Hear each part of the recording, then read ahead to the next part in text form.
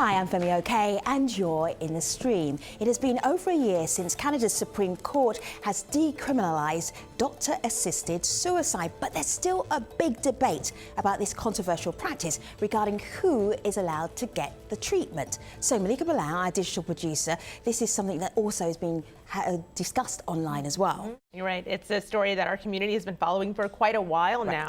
If we look back to last February, this is a pitch we got from Kim Locke on Facebook. She sent us Canada's Supreme Court striking down a ban on doctor-assisted suicides. So we covered that story later that day online, but the debate on who's eligible is still ongoing. So we checked back in with Kim this week to hear what she had to say. I'm following the assisted dying bill in Canada because I believe that dying with dignity is a right, not a privilege. It's also the hallmark of a socially progressive society, and Canada is very proud to be one. As a Canadian, I believe that it is my choice when to die, not someone else's. You can add your thoughts to this conversation just as easily as Kim did. Just tweet them with hashtag AJStream. Canadian Prime Minister Justin Trudeau is urging lawmakers to pass a bill on medically assisted death by the beginning of next week. But with the country still divided over the issue, the deadline is likely to be missed. Activists and pro-life groups have long opposed any form of assisted suicide, but the loudest opposition to the government's bill, known as C-14, is coming from right-to-die advocates who feel it is too restrictive. If passed by Parliament, C-14 wouldn't allow minors or many mentally ill people to end their lives with the help of doctors. Those with diseases like Alzheimer's, for example, would be restricted from getting and giving advance consent. So many mental health advocates are disappointed with Trudeau and his government for putting these stipulations in the bill. Some even argue the bill is unconstitutional. But the Prime Minister calls the bill a responsible first step.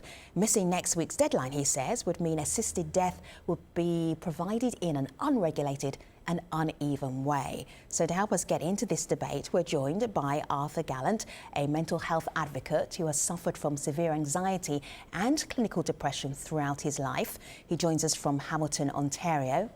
Dr. Will Johnston practices family medicine and is the president of Canadian Physicians for Life. He joins us from Vancouver. Shanaz Gokul is the CEO of Dying with Dignity Canada, an organisation based in Toronto. And in Ottawa, Michael Bark is the Executive Vice President of the Canadian Association for Community Living. Welcome, everybody. I want to give our international audience an idea of who would like to have doctor-assisted suicide. So I'm going to the Dying with Dignity website here, and I want to introduce you to Barb Gibson Clifford. She has a very rare form of cancer, and when the Supreme Court decriminalised doctor-assisted death, this is her reaction. Have a look. And I'm so grateful to those 9 judges of the Supreme Court for choosing to be in consensus about what they were doing. I cheered. I cheered in my kitchen. I was so delighted to hear that that's what had happened. I was overwhelmed a bit by the, and just, it felt so powerful to me that the 9 judges were in consensus and that they spoke as an entity.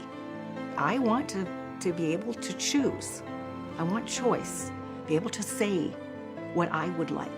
Just knowing that there's nothing more we can do. I won't have to hear that because there will be something that can be done.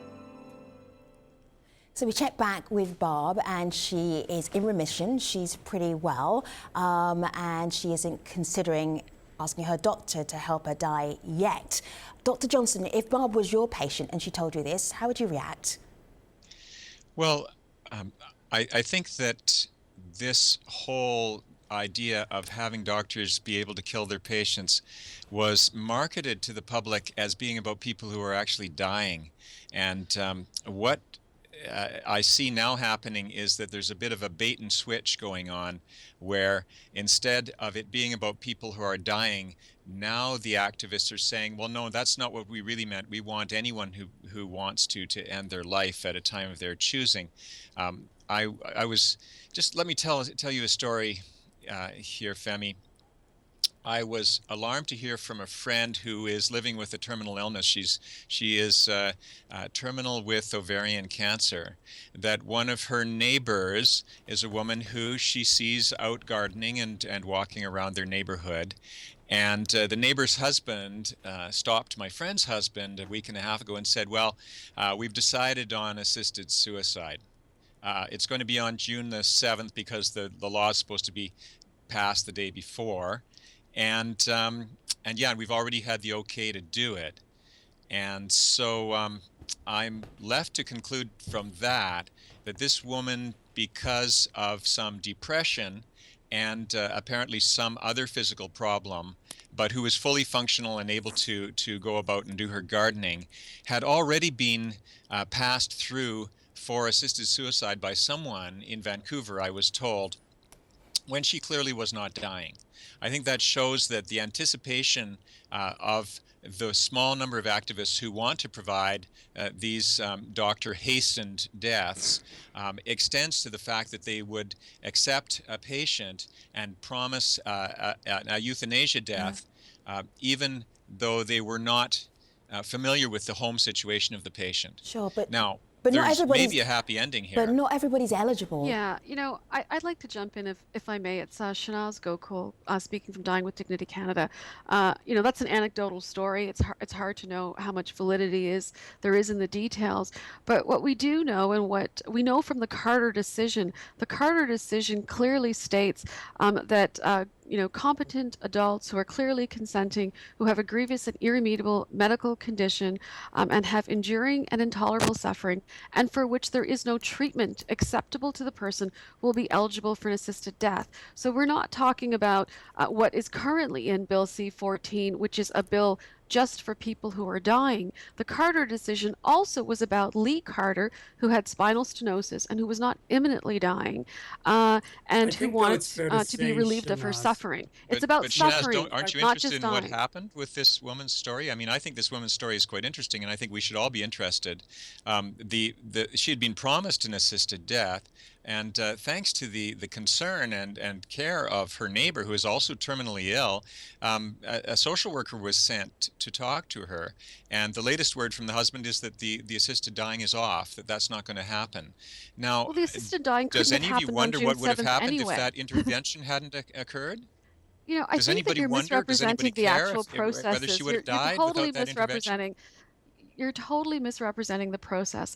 But on June the 7th, if there is no legislation, and even with the legislation, there are clear guidelines. There's very likely not going to be legislation on June the 7th, and the College of Physicians and Surgeons of all the provinces, including BC, Oh, I think have put this is forward this is where protocols. I think So she can. I think excuse me, I think this is where there is some misinformation. First of all, there are guidelines by most provincial colleges, but the guidelines vary from province to province. And furthermore, in the Carter They're decision, pretty the consistent. court Two never, no, doctors. actually, It's pretty consistent. we've got in New Brunswick, the college is saying people who are end of life conditions. That's the legislation in Quebec. So those two provinces, you have to be end of life.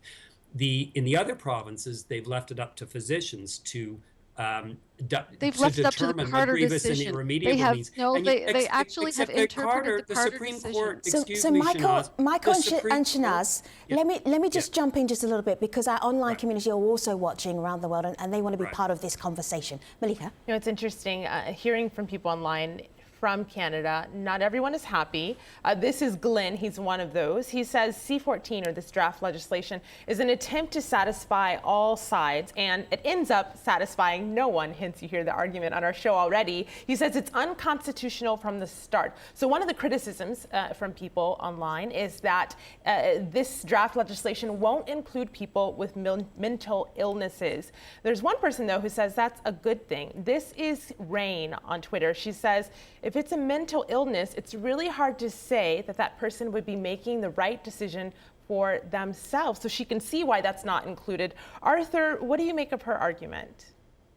Well, I disagree with that, to be honest with you.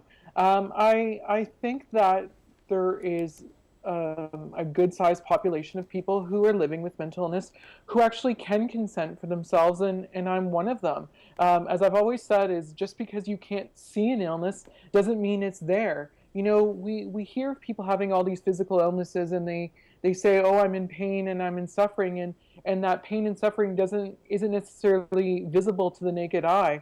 And I would say for people living with mental illness as well, just because you can't necessarily point to a physical wound doesn't mean that pain and suffering isn't there either. So I completely disagree with your with the person who tweeted you in, and would say that this legislation needs to be available. Arthur, let me push you. I think, go ahead, Michael. Can I just respond to Arthur? I please. completely agree, Arthur, that there's no denying the fact that people with mental health issues are suffering. The question is whether that should be a justification for state-funded interventions to terminate a life. I think we need to go back to what grievous and irremediable mean. And the Supreme Court of Canada actually never defined the term. The term was defined at the dictionary. trial. I think if you get a dictionary, I think you can. And Michael, let me just interject here and say that in the Supreme Court ruling, the reason for their allowing doctor-assisted death was if the condition was grievous and irremedial. And it leaves it a little bit open to interpretation. Actually, it's not as open because they did define irremediable. It was defined. It was defined as also not having to accept treatments that aren't acceptable to the person. Absolutely. That's clearly in the Carter language. So there is a definition. The trial judge defined the term as an advanced state of irremediable decline. But She the granted Carter a decision constitutional did not. exemption The Carter on the basis decision- that Kay Carter was decision Gloria is Taylor was going was to be the termed. law of the So land. Shanaz But it and wasn't Michael, I'm going defined. to just step us back a little bit because we're also watching from around the world. So I want to keep it a little bit more basic than this. And Michael, you were saying that with mental illness, are there difficulties then of actually including it, because it's not included in this legislation, this bill so far, as a reason for a doctor to help somebody die? That's a tricky area, Michael, and you were responding to Arthur.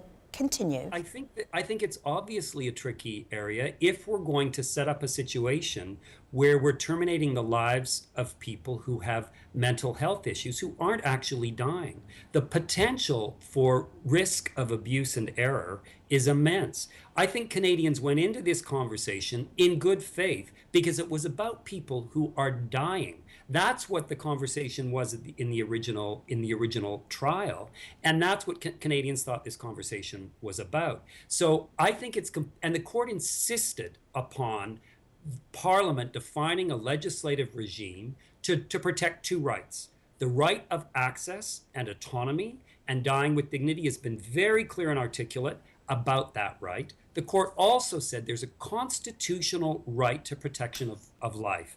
And Parliament's job is to come up with a piece of legislation that balances those two rights. And we think the bill that's been introduced and now passed in the House of Commons gets that balance right. It recognizes that people are suffering intolerably at certain points of their life when death is reasonably foreseeable. For people who aren't dying, as a society, for goodness sake, we need to be coming up with supports and options to enable people to have as good a life as they can. But we shouldn't be providing access to termination of a person's life because they found it intolerable. We think that violates a basic principle of what an inclusive society Okay, should look like. so Michael, though, is I've been living with anxiety and depression for the past 13 years. I've tried to kill myself twice.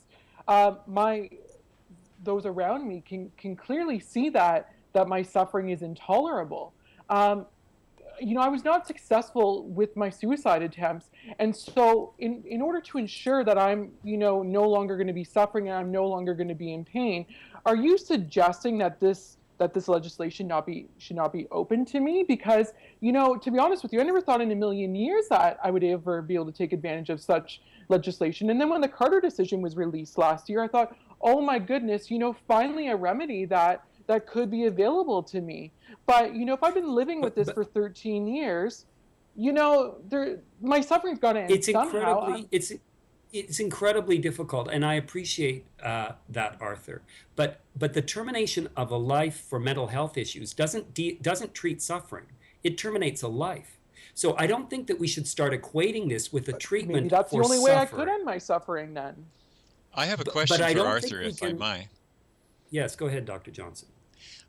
Arthur, are you sorry that your last suicide attempt failed? I do regret that I was not successful. Yes. Are, You know, I'm regretful. are Absolutely. you're regretful? Is there any? Do you see meaning in your existence right now, and do you have any hope for the future?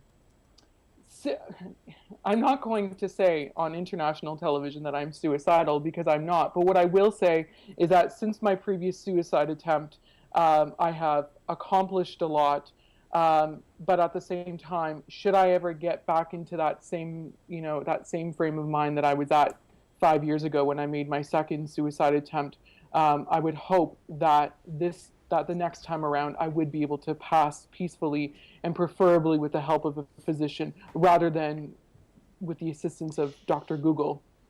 You know, Can you Arthur, understand, though, that leads, the public Arthur, thought... I want to jump in here, Dr. Johnson, just because what Arthur said leads to an interesting question that we got from someone online, kind of looking at the ethics of this. I will pass this to you, Dr. Johnson. JB wants to know, if you had a directive pre-diagnoses, would it still be binding once you are diagnosed with whatever that illness might be, more so than what your current wishes might be? How do you make that distinction?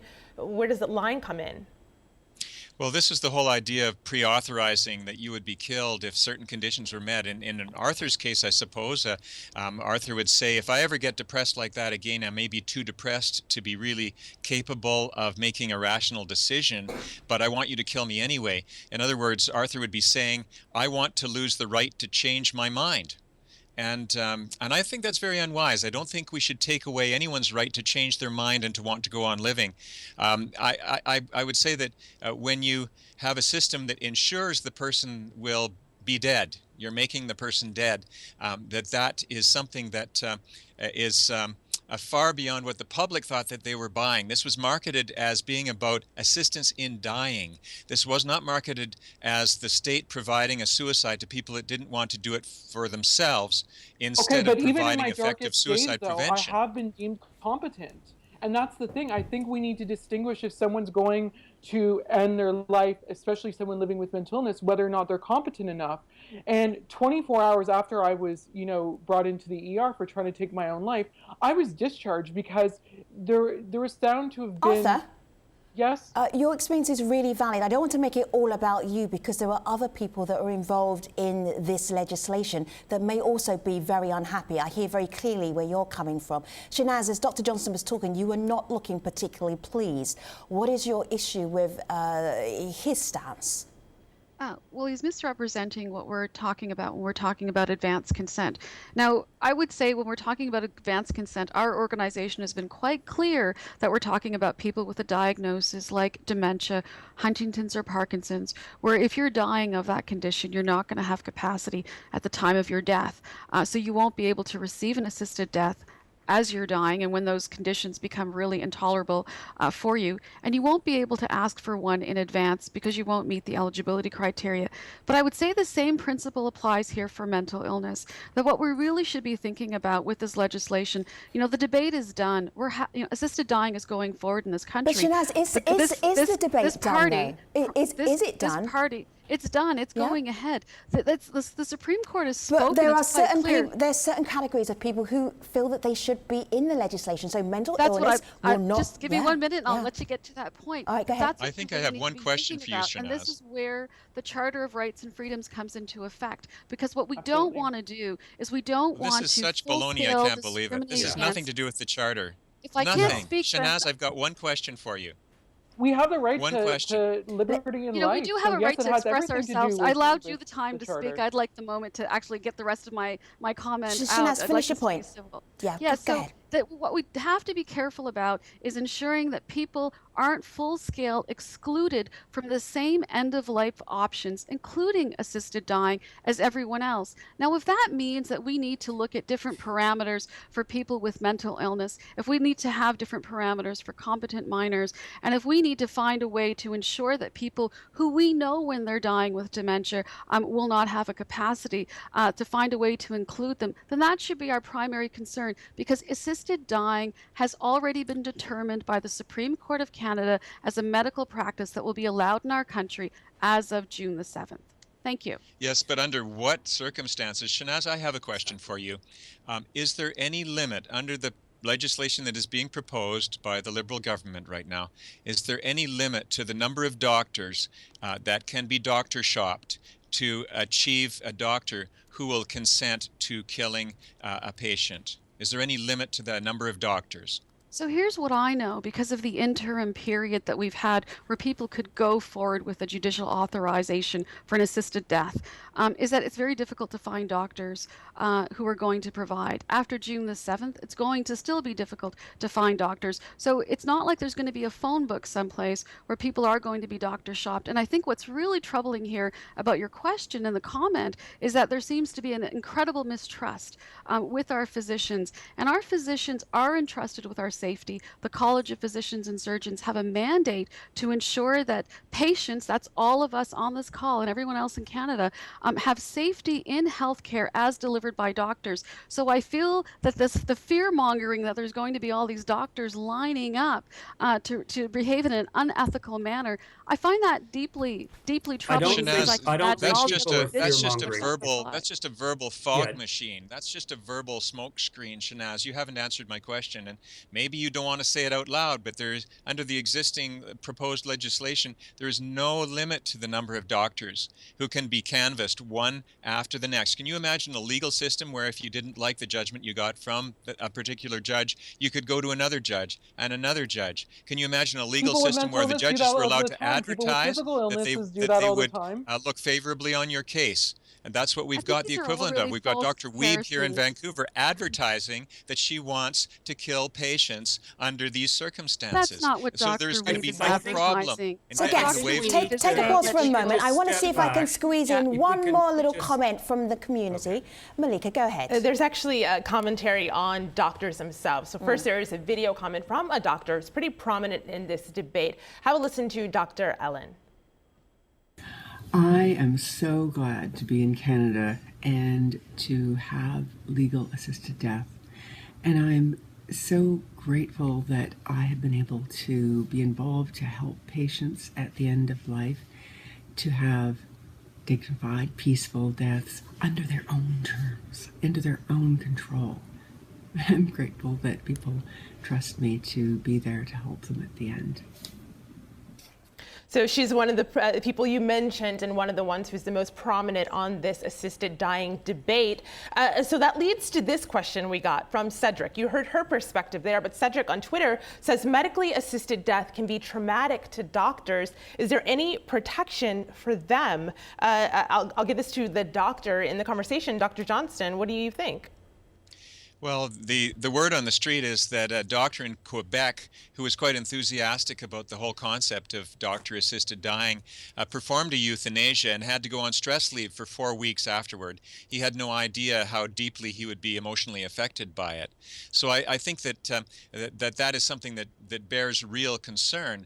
But the problem with the legislation is that it's not about doctors suffering. It's not about protecting doctors' conscience rights. It's not about even protecting a safe space in the medical system so that people who don't want to be near this process can stay away from it and still be safe in a hospital. It's all about protecting the doctors and nurse practitioners and anyone in the world who wants to help them from any legal recourse after the patient is being killed. And the problem is that there's no review of the whole thing for 5 years after the whole freight train starts to roll down the hill.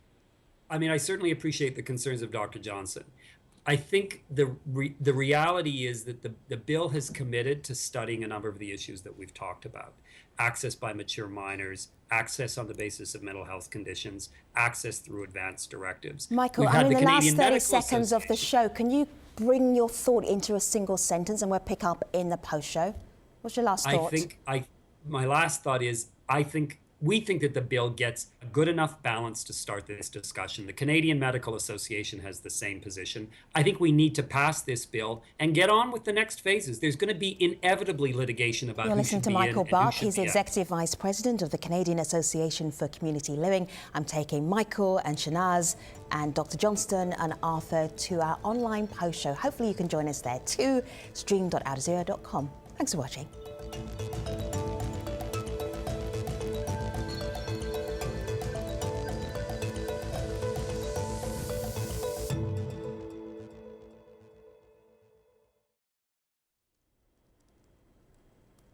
Hello, welcome back. This is the Streams Online Post Show. Doesn't half an hour go really fast when you're in a very engaging conversation? Arthur, I'm just curious about safeguards. Where should the safeguards be to make sure that Canadians are being taken care of, that people aren't dying who don't need to die, that maybe that there might be alternatives to look after them where they don't feel that there's only one alternative? Who's looking out for you, Arthur?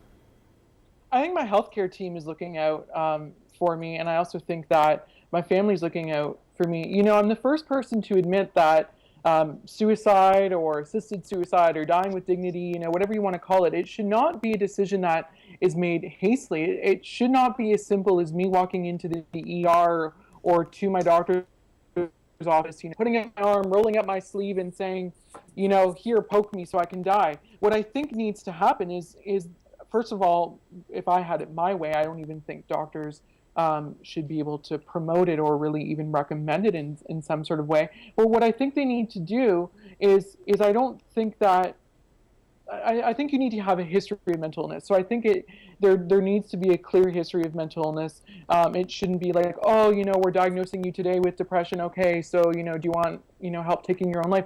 I look at someone like me, and I know this is pretty self-serving, but, you know, I look at someone like me who has been living with mental illness for half my life. I'm 26 years old. I've been living with it for 13 years. And I've, you know, gone through so much treatment, and I've tried so many different medications, and I've had so many doctors, and nothing's working for me. And I think there sort of comes a time where my quality of life now becomes effective, or my quality of life is not very good. Can I jump in here on this question?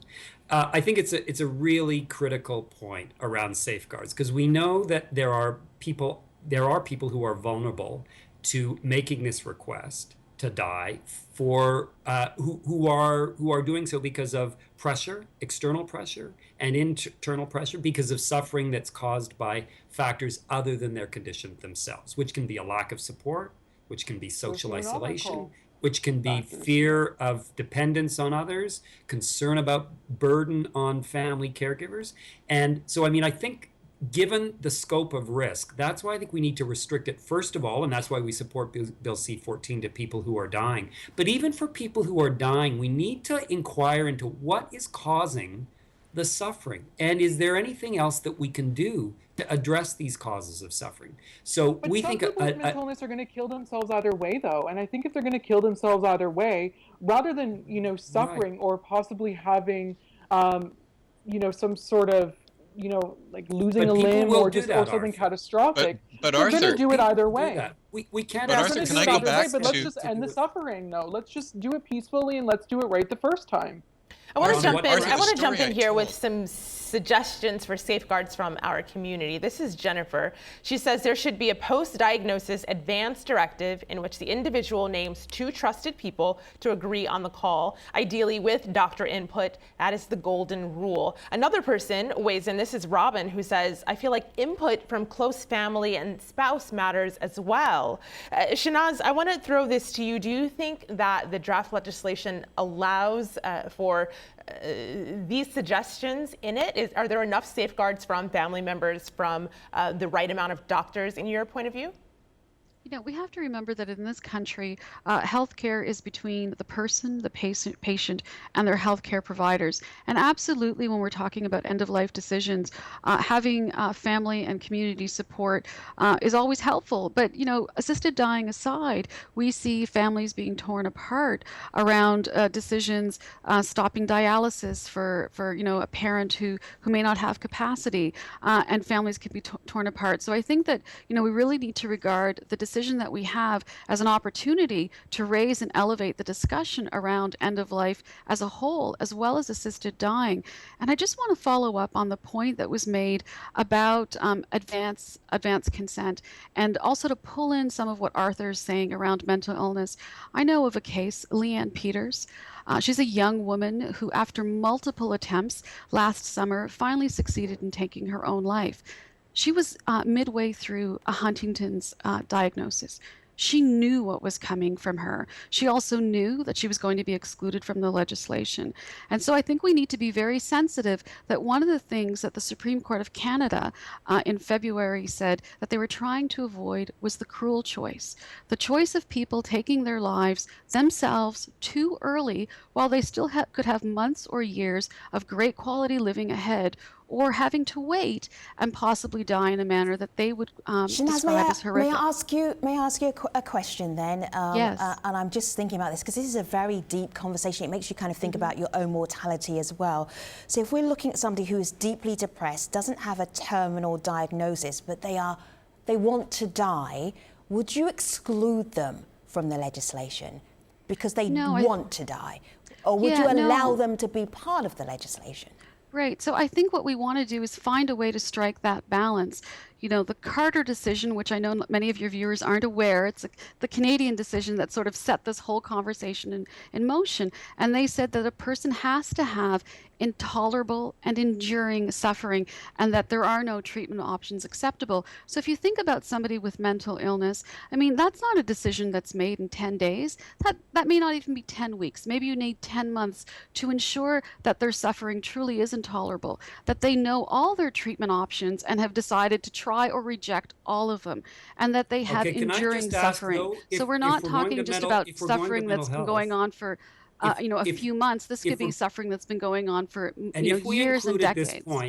If we include at this point people with psychiatric conditions, then we cannot, on what basis could we exclude people with autism and with intellectual disability, people who are now being on euthanized. Capacity, Michael, on capacity. Well, people with intellectual because you have a disabilities psychiatric have condition does capacity. not mean People you with don't have autism, capacity. excuse me, people with autism and intellectual disability Arthur, have just capacity. let Michael finish up and then we'll come to you. Arthur, If I could hold just on say, tight for a moment. people with intellectual disabilities and with autism have capacity. I mean, many people do. And the research just out in the last couple of months out of the Netherlands is showing that people with autism and intellectual disabilities are being euthanized because they find their conditions intolerable as a result of the psychic suffering that they experience. If we go with psychiatric conditions, we cannot exclude intellectual disability or autism. And the prospect of this is that death certificates in this country are going to start showing that the cause of death, because that will be required, is bipolar disorder, schizophrenia, autism. Canada's vital statistics will start to show up with intellectual disability, bipolar disorder as causes of death in this country. Right, but I think that we can set in Canada a model that leads and teaches how we can address both safeguards and discriminatory practices. A model that would provide for the termination of the life of people with autism and intellectual disability and bipolar disorder. I'm saying we want to find a way to not exclude people with psychiatric conditions. I think we want to be very careful to say that some people cannot make their own end-of-life medical care decisions. Why would you say that people with intellectual disabilities can't make their own decisions? They've got capacity. I'm not saying it. I think that's what you're saying, Michael. I'm good with people having the capacity to be able to make their own decisions. The problem we face if we go down this path and extend it beyond people who are at the end of their lives or whose natural death is foreseeable is that people with autism who find their condition causes them intolerable suffering will be eligible for this. I think that is a problem. All right, I'm about to wrap up the conversation, Michael and Shanaz and Dr. Johnston, but Arthur, I know you wanted to add one more thought. Go ahead. Yeah, I just want to add something in quickly, that something that we haven't talked about today is the quality of our healthcare system in Canada, and I'm sure that you could devote an entire show to that. Oh, that's a week's documentary right there. Absolutely, but if I can just add, one quick point, is that if Michael, or Dr. Johnston doesn't support doctor-assisted suicide for people with mental illness, then perhaps we need to steer the conversation in looking at sort of the lack of care for people with mental illness, and perhaps talk about increasing their quality of life that way. You make a really good point, and actually, you're almost arguing against yourself right there with that point. But and that's another conversation for another day. I really thank you so much, Arthur, Dr. Johnston, Shanaz, and Michael, for this conversation. It's really making me think, and I know our international audience, very thoughtful indeed. Malika, what do you have? Oh, author suggested a week of shows. Here's one more potential show idea. And the next one, and how to take this conversation forward, from Twitter. This is Kidist, who says, as a physician, where do we go from here? So we'll check back in, of course, after to see what happens after June 7th. And this could be a good way to go to talk about how doctors are then dealing with this. Yeah, absolutely. I'm really curious about that. Guests, thank you so much for your time. Really appreciated it. Take care, everybody.